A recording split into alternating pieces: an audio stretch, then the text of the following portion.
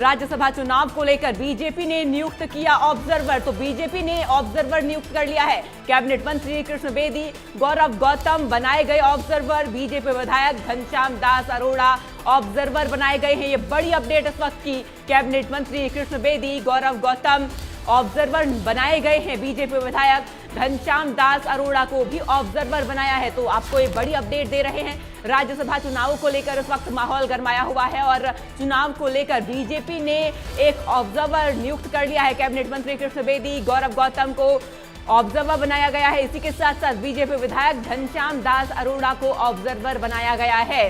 आपको बता दें, कैबिनेट मंत्री कृष्ण बेदी, गौरव गौतम को ऑब्जर्वर बीजेपी ने बनाया है।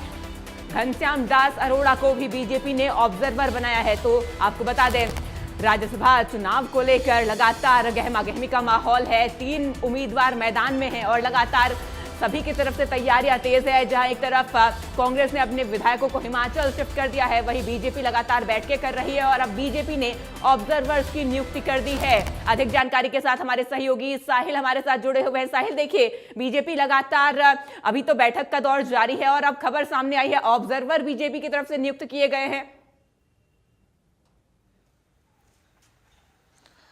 बिल्कुल, जिस तरीके से भारतीय जनता पार्टी की ओर से राज्यसभा चुनाव को लेकर ऑब्जर्वर नियुक्त कर दिए गए हैं। घनश्याम दास अरोड़ा, उन्हें भी ऑब्जर्वर बनाया गया। इसके अलावा कैबिनेट मंत्री कृष्ण बेदी, राज्य मंत्री गौरव गौतम, इन्हें जो है ऑब्जर्वर नियुक्त कर दिया गया क्योंकि राज्यसभा चुनाव 16 तारीख को होना है। तो इसी के चलते भारतीय जनता पार्टी की ओर से ये डिसीजन जो है वो लिया गया। ऑब्जर्वर का काम ये होता है, जब भी जिस तरीके से कोई भी पार्टी का विधायक जैसे कि वोट जब कास्ट करता है तो ऑब्जर्वर को दिखाना होता है। अगर कोई डिसिप्लिन की अवहेलना करता है तो उस ऑब्जर्वर को पता लग जाता है कि किसने गड़बड़ी जो है वो की है। हालांकि भारतीय जनता पार्टी में कोई गड़बड़ी करने की गुंजाइश नहीं है, लेकिन फिर एक जिस तरीके से होता है कि आप तस्वीरें देख सकते हैं, राजेश नागर जो है वो यहाँ पहुंच चुके हैं। तमाम मंत्रियों, तमाम विधायकों के जहां यहाँ पहुंचने का सिलसिला जो है वो लगातार जारी है। ऑब्जर्वर की बात कर ली जाए तो ऑब्जर्वर का काम होता है कि जब भी कोई चुनाव होता है तो तमाम पार्टियों की ओर से अपने अपने ऑब्जर्वर जो है वो नियुक्त किए जाते हैं। जहां मतपेटी पड़ी होती है और उस पार्टी का विधायक जो है वो अगर अपने कैंडिडेट को अगर वोट देता है तो पहले ऑब्जर्वर को दिखाता है और उसके बाद मतपेटी के अंदर वो डालता है।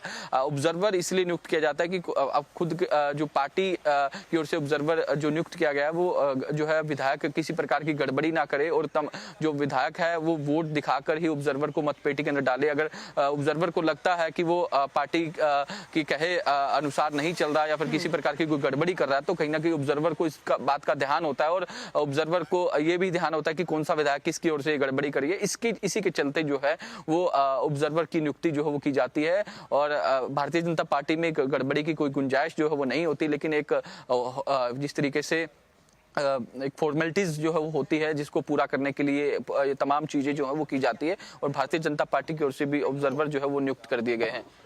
जी साहिल, अगर मैं क्रॉस वोटिंग की बात करूं तो इसकी कितनी उम्मीदें लगाई जा रही हैं? क्रॉस वोटिंग कितनी हो सकती है इस बार के राज्यसभा चुनाव में? क्योंकि जिस तरीके से कांग्रेस ने अपने विधायकों को शिफ्ट कर दिया है, बीजेपी की मीटिंग जारी है, ऐसे में क्रॉस वोटिंग की संभावना तो है और कांग्रेस को कहीं ना कहीं ये भी लग रहा है कि क्रॉस वोटिंग जरूर होगी।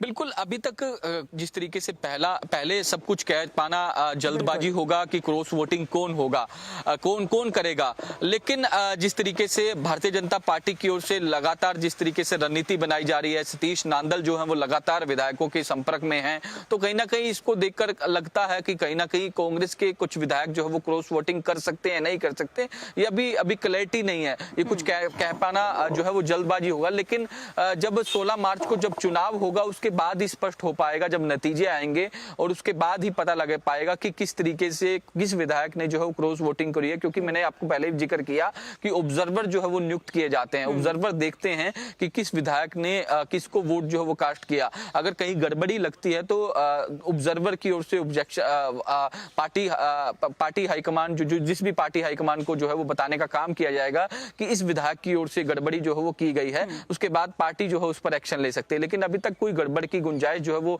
अभी कुछ कह पाना बहुत जल्दबाजी होगा। जब चुनाव होता है तो इस दौरान जो है वो देखने को मिलता है कि कौन सा विधायक जो है किसको वोट जो है वो डालने का काम कर रहा है। लेकिन अब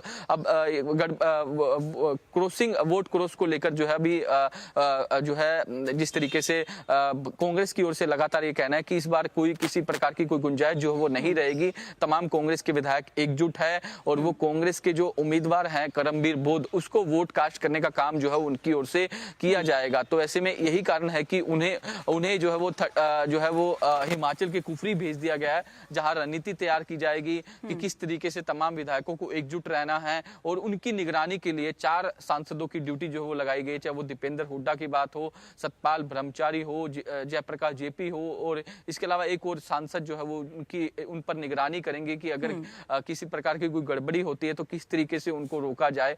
तो ये तमाम चीजें हैं जिसको लेकर दोनों दल जो है लगातार तैयारी कर रहे हैं। आज भारतीय जनता पार्टी लगातार मीटिंग कर रहे हैं, कल कांग्रेस ने रणनीति बनाई थी। तो ऐसे में कल 15 तारीख है और परसों 16 तारीख को चुनाव जो है वो राज्यसभा का होने वाला है। बेहद ही दिलचस्प ये चुनाव होगा, क्योंकि पिछले चुनाव की बात कर ली जाए तो जो 2 चुनाव जो है वो भारतीय जनता पार्टी जो है वो अपने हाथों में जो है जीती जिताए चुनाव को हार चुकी है। इस बार कोई रिस्क जो है वो कांग्रेस नहीं लेना चाहती। तो यही कारण है कि कांग्रेस कांग्रेस के विधायकों ने रणनीति बनाई, उसके बाद वो हिमाचल की कुफरी की तरफ जो है वो मूव कर गए। तो आप तस्वीरें देख सकते हैं, भारतीय जनता पार्टी के विधायकों के लिए भी यहाँ जो है बसें मंगाई गई है। हालांकि अभी तक ये क्लैरिटी नहीं है कि ये बसें जो है वो कहाँ तमाम विधायकों को लेकर जाएगी, लेकिन अभी तक कोई इस तरीके की ऑफिशियली जानकारी नहीं आई कि ये बसें भारतीय जनता पार्टी के विधायकों के लिए मंगवाई गई है या फिर और कोई पर्पज है। लेकिन बताया ही जा रहा है कि 2 बसें भारतीय जनता पार्टी की ओर से भी यहाँ बुलाई गई है, जहाँ तमाम विधायकों को यहाँ से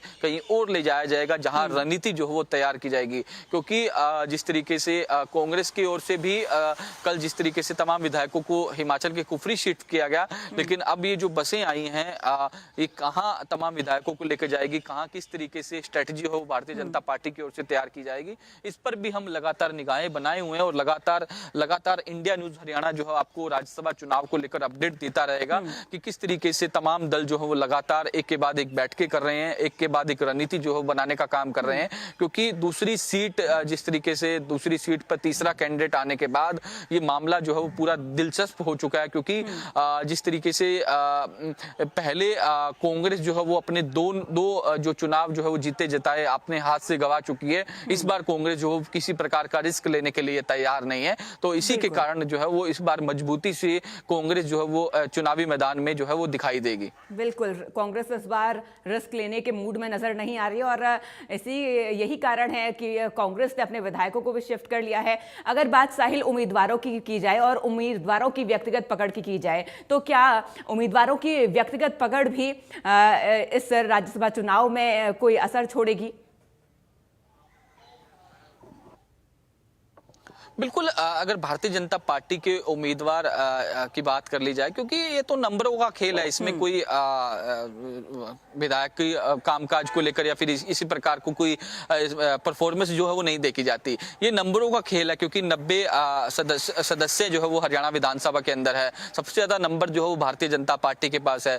भारतीय जनता पार्टी की ओर से अपना उम्मीदवार जो है संजय भाटिया को बनाया गया। संजय भाटिया एक अनुभवी नेता है, करनाल से सांसद भी रहे हैं, पार्टी के तमाम पदों पर उन्होंने काम जो है वो किया हुआ है। फिलहाल उनकी जिम्मेदारी जो है बंगाल चुनाव में लगाई हुई है। बंगाल चुनाव के अंदर ही वो मौजूद थे जब भारतीय जनता पार्टी ने उनके नाम का अनाउंस जो है वो किया। तो ऐसे में उसके बाद वो बंगाल से वापस आए, उन्होंने तमाम नेताओं से मुलाकात की, लीडर उनका धन्यवाद जो है वो किया, पार्टी हाईकमान का धन्यवाद किया। संजय भाटिया जो है वो एक पंजाबी समुदाय से जो हो आते हैं। ऐसे में पंजाबी समुदाय में उनकी पकड़ जो है वो काफी मजबूत है और जो केंद्रीय मंत्री मनोहर लाल खट्टर हैं उनके खासम खास जो है माने जाते हैं। क्योंकि पहले वो करनाल से सांसद थे, उसके बाद उन्होंने अपनी करनाल सीट जो है वो छोड़ दी और उसके बाद करनाल से केंद्रीय मंत्री मनोहर लाल जो खट्टर जो है वो सांसद बने, उसके बाद केंद्रीय मंत्री बने। तो ऐसे में मनोहर लाल के खास माने जाते हैं, पंजाबी समुदाय से हैं। प्रदेश के अलग अलग इलाकों में उनकी अच्छी पकड़ है, जहाँ जहाँ पंजाबी समुदाय की जो है लोग जहाँ रहते हैं, या फिर